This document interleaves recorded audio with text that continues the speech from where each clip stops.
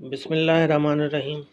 میں ہوں اشتیاق Ahmad Memon, teaching assistant شعبہ اردو شاہ عبداللطیف یونیورسٹی خیرپور، اور اس وقت میں مخاطب ہوں کلاس BS3 اور MA پریویس سے۔ ہمارا سبجیکٹ ہے پاکستانی زبانوں کا کلاسیکی شعری ادب، اور آج کا ہمارا عنوان ہے خوشحال خان خٹک کی شخصیت اور حالات و واقعات۔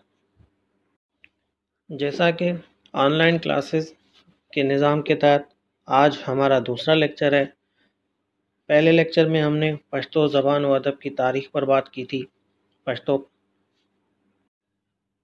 زبان اور پشتون قوم کی تاریخ کا خاکہ اپنے ذہن میں رکھیے گا۔ گزشتہ سے پیوستہ آج ہم خوشحال خان خٹک کی شخصیت پر بات کریں گے۔ جیسا کہ آپ کو معلوم ہوگا کہ پشتون قبائلی نظام سے تعلق رکھتے ہیں، اور ان کے قبائل کے مختلف نام ہیں، جیسے کہ خوشحال خان خٹک ان کا قبیلہ ہے۔ ایسے ہی دوسرے بھی کچھ جو ہیں قبائل موجود ہیں، اس وقت بھی موجود ہیں۔ ان کے نام کچھ اس طرح آپ نے ضرور سنے ہوں گے کہ اورکزئی، آفریدی، یوسف زئی۔ یہ کچھ قبائل ہیں جو کہ پشتون قوم سے تعلق رکھتے ہیں۔ خٹک قبیلہ ان میں سے بہت پرانا قبیلہ ہے، اور اکثر و بیشتر یہ قبیلہ ایرانی حکومت کے زیر انتظام رہا۔ اس قبیلے کو ایرانی حکومت کی سرپرستی حاصل تھی۔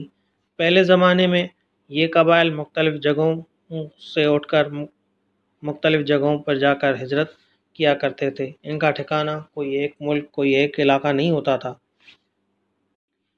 چونکہ اس زمانے میں وسائل کی کمی تھی، اور لوگوں کا گزر سفر جو ہے کھیتی باڑی اور مویشی بانی پر ہوتا تھا۔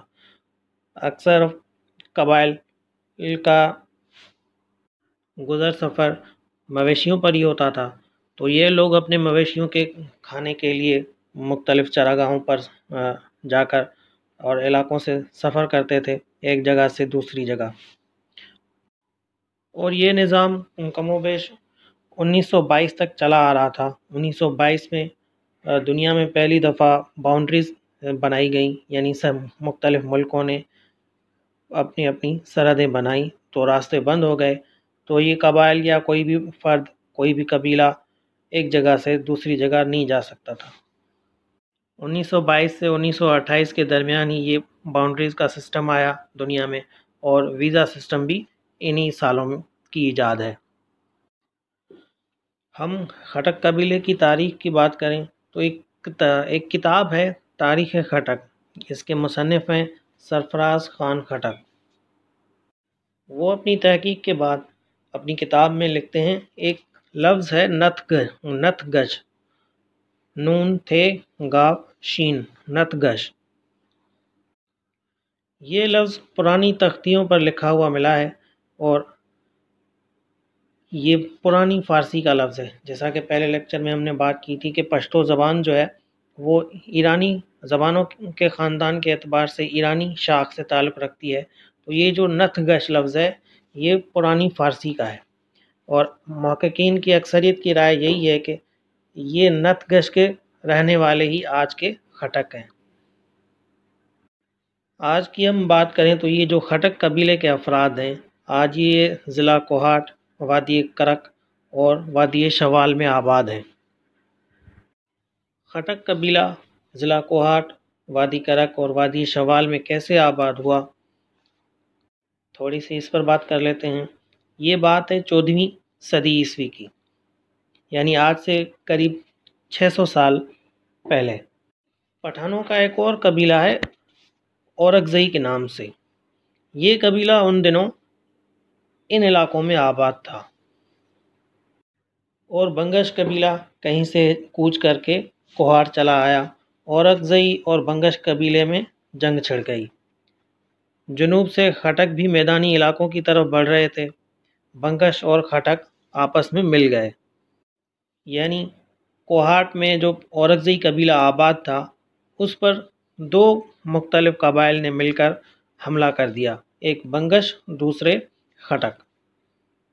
ان کی آپس میں 2 لڑائیاں ہوئیں جو بے نتیجہ رہیں، یعنی 2 جنگیں لڑنے کے بعد بھی دونوں نے ہار نہیں مانی۔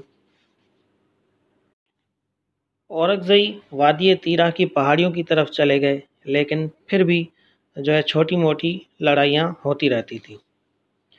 قبائلی روایات کے مطابق ایک جرگہ بٹھایا گیا۔ ایک غیر جانبدار شخص نے ثالثی کی ذمہ داری اٹھائی، یعنی ایک شخص نے 2 قبائل اور 2 ایسے قبائل جنہوں نے آپس میں 2 جنگیں کی اور پھر بھی ہار نہیں مانی، تو ایک شخص کو فیصلے کے لیے بلایا گیا۔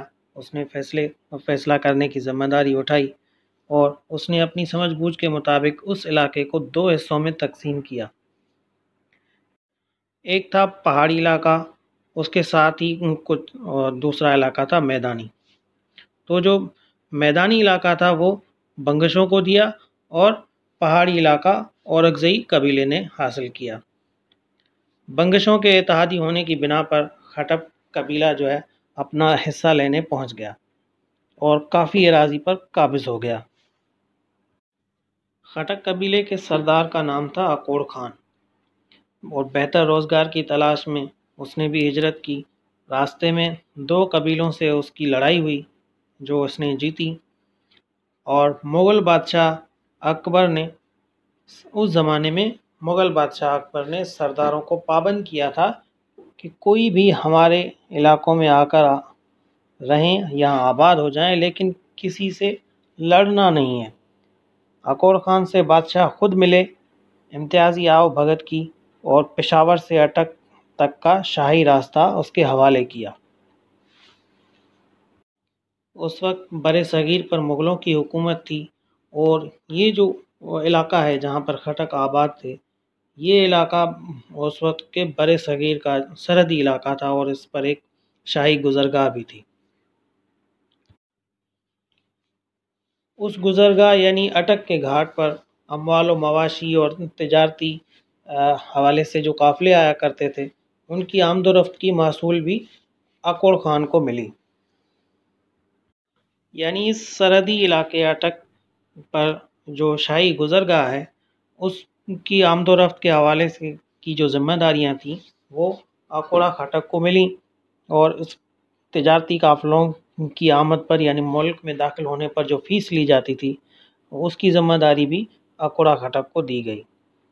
اب یہ اکوڑ خٹک قتل ہو گیا انہی دنوں، اور بعد میں اس کا بیٹا آیا یحییٰ خان، چند سالوں بعد وہ بھی قتل ہو گیا۔ پھر آیا شہباز خان۔ اس نے بنگش اور یوسفزئی قبیلے سے جنگیں کرا دیں۔ اس کی ساری زندگی انہی لڑائیوں کی نذر ہو گئی۔